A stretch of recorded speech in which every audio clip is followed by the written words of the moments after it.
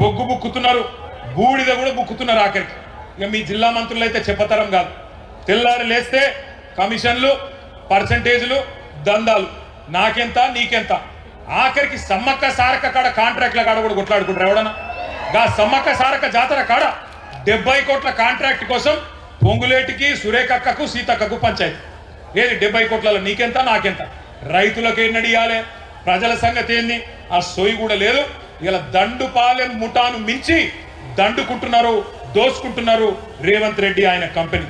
ఎట్లున్నదయ్యా ఇయాలంటే, ఇంత ఘోరమైన పరిస్థితి ఉన్నదంటే చాలా చాలా బాధాకరమైన పరిస్థితి. రైతుల ఖాతాల్లో వేయడానికి పైసలు లేవట, మీకు పెన్షన్లు ఇచ్చినందుకు పైసలు లేవట, మీకు ఆడపిల్లలకి 2500 ఇచ్చినందుకు పైసలు లేవట, కానీ రాహుల్ గాంధీ ఖాతాలో వేయడానికి మాత్రం జోరుగా పైసలు ఉన్నాయట. ఇక మీకు చెప్పాలని చెప్పిండు, నేను కూడా ఒక మాట చెప్తా. ఒకనాడు తెలంగాణ రైతన్న ఆనాటి నుంచి ఈనాటి వరకు ఎక్కడికి వచ్చిండో ఒక్కసారి ఆలోచన చేయండి. ఒకనాడు అన్నమో రామచంద్ర అని అంబలి కేంద్రాల కాడ దీనంగా నిలబడ్డ తెలంగాణ రైతన్న ఇవాళ మొత్తం దేశానికే బువ్వబెట్టే స్థాయికి వచ్చిండు అంటే దానికి కారణం కేసీఆర్ గారు కాదా? కేసీఆర్ గారి 10 ఏళ్ల పరిపాలన కాదా? మీరు ఆలోచించమని చెప్పి నేను కోరుతా ఉన్నా. ఒకనాడు తన గుమ్మిలో ధాన్యం లేక గుబులు పడ్డ రైతన్న ఇవాళ దేశం మొత్తానికే పంజాబ్ను, హర్యానాను తలదన్ని వడ్లు వడించి నెంబర్ 1 స్థానంలో నిలబెట్టిన ఇప్పుడున్న యూత్ కి, ఇప్పుడున్న జెన్ జీకి తెలియదు. కానీ మన పాతకాలం రైతన్నలకు, మన పాతకాలం రాజన్నలకు, మల్లన్నలకు, మా గోపాలన్నకు తెలుసు. ఆ రోజుల్లో కాంగ్రెస్ ఉన్నప్పుడు ఎంత ఘోరంగా ఉండే పరిస్థితి. ఏ ఊర్లో చూసినా ఏముండే, నెర్రలు వారిన నేలలు, ఎండిపోయిన పొలాలు, కరెంటు కోతలు, పేలుతున్న ట్రాన్స్ఫారంలు, దొంగరాత్రి కరెంటులు, పాము కాట్లు, పురుగుల మందు దాగి సచ్చే సావులు, కరువులు, కన్నీళ్లు, ఆకలి కేకలు. అట్లాంటి తెలంగాణలో ఇంత గొప్ప చమత్కారం ఎట్లా జరిగింది ఎన్నడన్నా ఆలోచన చేసిండ్రా? అవే భూములు, అవే రైతులు, అవే వానలు. కానీ ఎట్లా జరిగింది మరి అద్భుతం? ఎట్లా జరిగింది అంటే, ఆగమైన తెలంగాణను బాగు చేయాలి అని మీరు ఆదేశిస్తే పెద్దలు కేసీఆర్ గారి నాయకత్వంలో మేమందరం కూడా 10 ఏళ్ళు ప్రాణం పెట్టి పనిచేసినాం, రైతుల కోసం పనిచేసినాం. దుక్కి దున్నటోని దుఃఖం తీర్చాలి, కష్టాలు కడతీర్చాలని చెప్పి రక్తాన్ని రంగరించి, మెదళ్లను కరిగించి అద్భుతమైన పనులకు, అద్భుతమైన పథకాలకు శ్రీకారం చుట్టిండు కేసీఆర్ గారు. ఒక బక్క రైతు కోసం బక్క పల్సని కేసీఆర్ గారి ఉక్కు సంకల్పంతో మనం పనిచేస్తే ఈ విప్లవం వచ్చింది. కేసీఆర్ గారు స్వయంగా రైతు, ఒక రైతు బిడ్డ, మీ కష్టం తెలిసినోడు కాబట్టే ఆయన పని చేస్తే ఎక్కడి నుంచి ఎక్కడికి వచ్చినామో ఒక్కసారి మీరు ఆలోచించమని కోరుతున్నా. నేను ఈ వరంగల్ వేదికగా కాంగ్రెస్, బీజేపీ నాయకులకు ఒక సవాల్ చేస్తా ఉన్నా. 79 ఏళ్ల స్వతంత్ర భారతదేశ చరిత్రలో కేసీఆర్ గారి కంటే రైతులకు ఎక్కువ చేసిన ముఖ్యమంత్రిని ఒక్కని చూపెట్టినా దే సవాల్ కంటే ఆ సవాల్కి నేను సిద్ధమనే మాట ఈ సందర్భంగా విజ్ఞప్తి చేస్తా ఉన్నా. ఇవాళ నాకు ఒకటి గుర్తొస్తున్నది. ఆ మధ్యన రేవంత్ రెడ్డి ఒకరోజు సవాల్ చేసిండు, మేమేందో మీరేందో రైతులకు ఎవరేం చేసినామో తెలుసుకుందాం రా అని నన్ను సవాల్ చేస్తే హైదరాబాద్లో ప్రెస్ క్లబ్కు పోతే ముఖం సాటేసిండు, పారిపోయిండు. సవాల్ చేసిన సన్నాసి జడుచుకున్నాడు, జారుకున్నాడు. ఆయన పరిస్థితి ఏంటంటే రేవంత్ రెడ్డి గారికి కూడా తెలుసు, మళ్ళా గెలవడం తెలుసు. కాంగ్రెస్ ను 100 ఏళ్ళు మళ్ళీ ఇక్కడ మళ్ళొక్కసారి మొలకెత్తనీయడు తెలంగాణ రైతన్న అనే మాట కూడా రేవంత్ రెడ్డికి తెలుసు. అందుకే నేను గుర్తు చేస్తా ఉన్నా మీకు, కేసీఆర్ గారి నాయకత్వంలో ఈ రాష్ట్రంలో ఒక విప్లవాన్ని సృష్టించినాం. రైతు బంధు కోసం 73,000 కోట్లు, రుణమాఫీ కోసం 29,000 కోట్లు, 24 గంటల కరెంటు మీకు ఇచ్చేందుకు 1,00,000 కోట్లు, కాళేశ్వరం, పాలమూరు, సీతారామ, మిషన్ కాకతీయ సాగునీటి ప్రాజెక్టులకు 1,60,000 కోట్లు, ధాన్యం కొనుగోలుకు 1,32,000 కోట్లు, మిషన్ కాకతీయకు 24,000 కోట్లు, రైతు బీమాకు 6,000 కోట్లు, రైతు వేదికలు, రైతు కల్లాలు, రైతు చల్లగుండాలే, పల్లె పచ్చగుండాలని చెప్పి 5 లక్షల కోట్లు, అక్షరాల 10 ఏళ్లలో 5 లక్షల కోట్లు ఖర్చు పెట్టిన నాయకుడు రైతుల కోసం కేసీఆర్ గారు. అందుకే దేశానికి తెలంగాణ అన్నపూర్ణగా అవతరించింది. ఎకరానికి 3 లక్షలు పల్కని భూమి 30 లక్షల రూపాయలు దాటింది. ఇవాళ భూముల విలువ అట్లే ఉందా? వరంగల్లో భూముల విలువ తగ్గిందా పెరిగిందా? ఇది వాస్తవం. రైతుకు కేసీఆర్ వచ్చినాక గుండె ధైర్యం పెరిగింది, ఆత్మహత్యలు ఆగినాయి. అప్పులు తెచ్చి కేసీఆర్ ఏం చేసిండు అంటే గిన్ని పనులు చేసిండు. మరి ఇలా నేను అడుగుతున్నా కాంగ్రెస్ నాయకులను, మీరు 2.5 ఏళ్లలోనే 3,70,000 కోట్లు అప్పు చేసిండు. ఏం చేసిండ్రు మరి? ఎవరిని ఉద్ధరించిండ్రు? రుణమాఫీ చేయలే, రైతు బంధు ఇయ్యలే. మరి ఎవరిని ఉద్ధరిస్తున్నారు? ఈ పైసలన్నీ ఎక్కడికి పోతున్నాయి? ఆలోచించండి. ఇంకొక మాట కూడా దయచేసి నేను గుర్తు చేస్తా ఉన్నా. పచ్చగా ఉన్న తెలంగాణలో ఏపుగా పంట ఎదుగుతున్న టైంలో చీడ పురుగుల్లాగా కాంగ్రెస్ వాళ్ళు వచ్చి మరి మొత్తం దేశం మొత్తం మర్చిపోయిన పార్టీ కాంగ్రెస్, దేశం మొత్తం వదిలించుకున్న దరిద్రం కాంగ్రెస్. మరి మనోళ్ళు తెచ్చి నెత్తి మీద పెట్టుకున్నారు. నెత్తి మీద పెట్టుకున్న పాపానికి ఇలా భూముల ధరలు పడిపోయినాయి, ఆగిపోయిన ఆత్మహత్యలు మళ్ళా మొదలైనవి. ఇప్పుడు ఇక్కడికి వస్తుంటే వార్త వచ్చింది, మంచిర్యాల జిల్లాలో లక్షెట్టిపేటలో ఈ రోజు పొద్దున్నే వరి కొనుగోలు కేంద్రంలో గోడ కూలిపోతే 4 రైతులు అక్కడనే చచ్చిపోయారు. రంగారెడ్డి జిల్లాలో గౌరయ్య అనే రైతు వడదెబ్బ దాకి సెంటర్లనే అక్కడనే చచ్చిపోయాడు.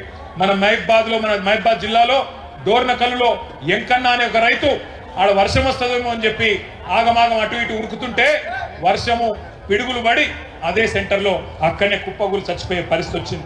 ఇవాళ వాస్తవం ఏంటంటే ఎరువులు ఇచ్చే తెలివి లేదు. ఒక్క యూరియా బస్తా కోసం ఆగమాగం చేసిండ్రు రైతన్నలు. వానల్లో ఎండల్లో పడిగాపులు కాసేటట్టు రోడ్ల మీద ఇబ్బంది పెట్టి మరి చెప్పులు మళ్ళీ లైన్లో పెట్టే పరిస్థితి వచ్చింది. తోపులాటలు ఇవన్నీ మీకు తెలిసిగా నేను చెప్పాల్సిన అవసరం లేదు. నేను మీ అందరినీ ప్రార్థించేది ఒకటే, ఎన్నడూ అనుకోలే మళ్ళా చూస్తామని. వెనుకటి రోజులు మళ్ళా తెస్తాం, మళ్ళీ తీసుకొస్తామంటే ఏదో అనుకున్నాం, కానీ వచ్చినాయి వెనుకటి రోజులు. మళ్ళా పోలీస్ స్టేషన్లల్లా ఫైర్ స్టేషన్లల్లా ఇత్తనాలు వంచే రోజులు, యూరియా బస్తా వంచే రోజులు మరి మళ్ళా వచ్చినాయి. అందుకే మీ అందరినీ నేను పేరు పేరున కోరేది. ఇప్పుడే మా లింగంపల్లి కిషన్ రావు గారు వచ్చి యాద్ చేస్తున్నాడు. యాప్ పెట్టిందట, యాప్ యూరియా అనట షాపులో లేదు కానీ యాప్లో పెడితే వస్తుందట. గోపాలన్న చెప్పి నిన్నారు కదా మీరు. ఎంతమందికి ఉంటుంది స్మార్ట్ ఫోన్, ఎంతమందికి ఉంటుంది యాప్ డౌన్లోడ్ చేసే తెలివి, ఎంతమందికి ఉంటుంది యాప్ను వాడే తెలివి. అందుకే ఈ రైతు సదస్సు వేదికగా ప్రభుత్వాన్ని డిమాండ్ చేస్తున్నాం, వెంటనే యాప్ల పేరిట జరుగుతున్న నాటకాలు రద్దు చేసి యథావిధిగా షాపుల్లో వెంటనే యూరియా అందించాలని చెప్పి మీ అందరి చప్పట్ల మధ్యన ఈ ప్రభుత్వాన్ని డిమాండ్ చేస్తా ఉన్నాం. అట్లాగే ఇంకొక విచిత్రమైన విషయం, పైన ఢిల్లీలో బడేబాయి ఉన్నాడు కదా, ఆ బడేబాయిని చోటేబాయి నకలు కొడతాడు. బీజేపీ వాళ్ళు కూడా ఆ మధ్య కాలంలో కిసాన్ యాప్ అని తెచ్చింది ఒకటి, కిసాన్ కపాస్ యాప్ అని. దాన్ని పత్తి రైతుల కోసం పెట్టింది. అందులో నేను ఆదిలాబాద్ పోయినా ఒకరోజు, ఆదిలాబాదు ముదోలు ఆ ప్రాంతంలో పోతుంటే మనం బయలుదేరినాక భయపడి అప్పటిదాకా ఉన్న సీలింగ్ను 7 క్వింటాలు సీలింగ్ పెట్టిండ్రు అలా పత్తి రైతులకు. అది ఎత్తేసి మళ్ళా కొనుడు మొదలు పెట్టింది. మరి ఇవాళ రేవంత్ రెడ్డిని కూడా నేను గుర్తు చేస్తున్నా, మోడీ అంతటోడే దిగొచ్చిండు రైతుల దెబ్బకు.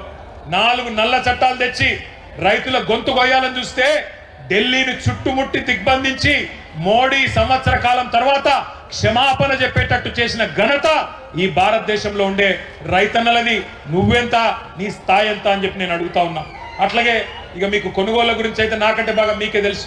మక్కలు కొనేటోడు లేడు, జొన్నలు జోకేటోడు లేడు, వడ్లు కొనేటోడు లేడు.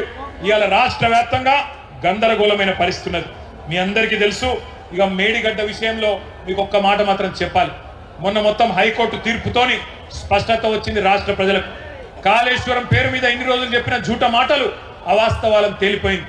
ఇప్పటి నుంచి ఎవడన్నా కాంగ్రెస్ వాడు 1,00,000 కోట్ల అవినీతి అని మాట్లాడితే ఎడమకాలి చెప్పు తీసుకొని కొట్టాలి. అవినీతి ఎక్కడిదిరా నా కొడక. హైకోర్టు తీర్పిచ్చినాక ఇంకా ఏంది నీ డ్రామా అని నిలదీయాల్సిన బాధ్యత మన మీద ఉన్నది. వాస్తవం కాదా? సర్కారు తుమ్మలు మొలిచిన కాకతీయ కాలువల్లో కాళేశ్వరం ద్వారా గోదావరి నీళ్లు తీసుకొచ్చిన మాట వాస్తవం కాదా? మీ డోర్నకల్లో, మీ పాలకుర్తిలో, ఇంకా కిందికి మీ మహబాద్లో, మీ జిల్లాలలో నీళ్ళు వచ్చిన మాట, కాళేశ్వరం నీళ్ళు వచ్చిన మాట వాస్తవం కాదా అని నేను అడుగుతున్నా. ఆ రోజు మేడిగడ్డను కూడా ఈ సన్నాసులు ఏమో చేసిండ్రు, బాంబులు పెట్టి పేల్చిండ్రు. ఇవాళ చెక్ డ్యాములు వెలుస్తున్నారు. మన హుజూరాబాద్ లో మొన్ననే ఒక చెక్ డ్యామ్ పేల్చిండ్రు. ఎవడన్నా బుద్ధున్నోడు పొలాలకు రైతులకు నీళ్ళు ఇచ్చే చెక్ డ్యామ్లను పేల్చేస్తారా? ఒక గంత నీచమైన పని. బాంబులు పెట్టుడు, చెడగొట్టుడు, పేల్చుడు, ఇవి తప్ప కాళ్ళ కట్టెపెట్టుడు తప్ప వీళ్ళకు మాత్రం తెలివి లేదు. ఇంకొక మాట, ఇలా వడ్లు కొనే తెలివి లేదు, మక్కలు కొనే తెలివి లేదు. ధాన్యం కొనండి సారు అని ఇవాళ రైతులు కాళ్ళు పట్టుకునే పరిస్థితి వచ్చింది. బాధ అవుతుంది మాకు. రైతుకి ఈ దుస్థితి ఎందుకు వచ్చింది? కరోనా ఉన్నప్పుడు కూడా 7,000 సెంటర్లు పెట్టి కేసీఆర్ కొన్నాడు కదా, ఏం రోగం పుట్టింది మీకు అని ఇవాళ రైతులు అడుగుతున్నారు. నేను రేవంత్ రెడ్డికి ఒకటే చెప్తున్నా, రైతన్నలకు కూడా ఒకటే విజ్ఞప్తి చేస్తా ఉన్నా, కాళ్ళు పట్టుకోకండి, దండం పెట్టకండి. కాళ్ళు పట్టుడు బంద్ చేసి కాలర్ పట్టుడు నేర్వండి, కాంగ్రెస్ వల్ల కాలర్ పట్టుకోండి, దండం పెట్టుడు కాదు, కాంగ్రెస్ కు పిండం పెట్టండి. అట్లయితేనే మళ్ళీ రైతులకు మంచి రోజులు వస్తాయి. తాలు తీస్తుండట తాలు, రేవంత్ రెడ్డి తాలు నువ్వు తీస్తే నీ తోలు రైతులు తీస్తారు, యాది పెట్టుకో నా కొడక అని చెప్తా ఉన్నా.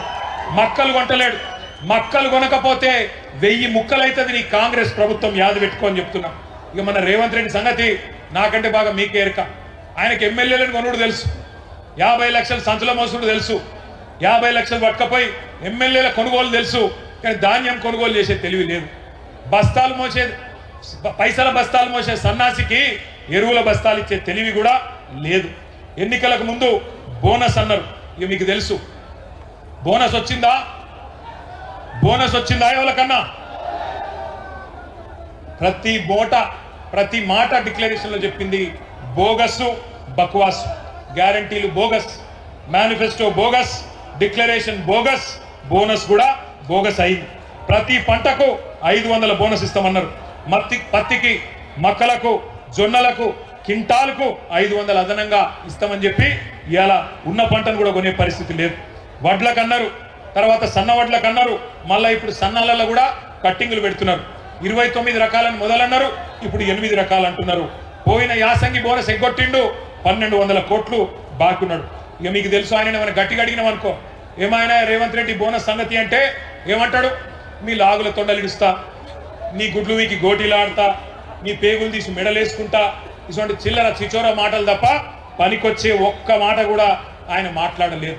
అందుకే పెద్దలు ఎప్పుడో చెప్పిండ్రు, అల్పబుద్ధివానికి అధికారం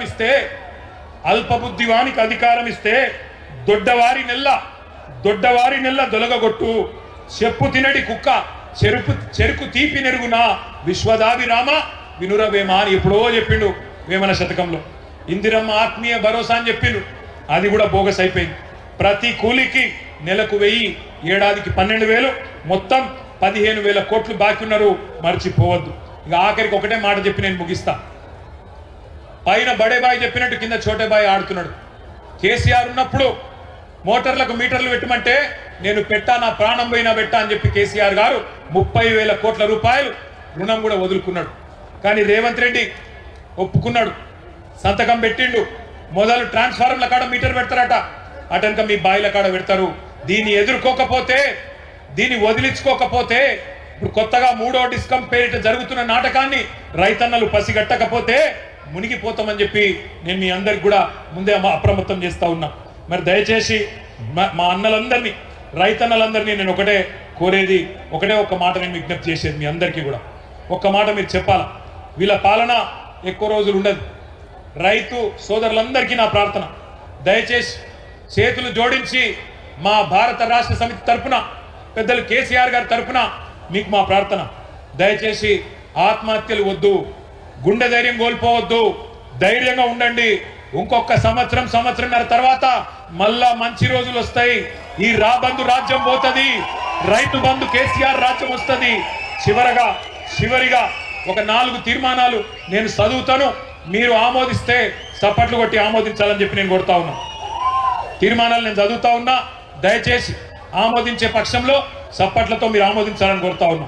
అన్నదాతలకు వెన్నుపోటు పడిచిన కాంగ్రెస్ గవర్నమెంట్ దుర్మార్గమైన తీరును నిరసిస్తూ ఈ ఓరుగల్లు సాక్షిగా మన రైతు సంగ్రామ సదస్సు 4 తీర్మానాలు చేస్తున్నది.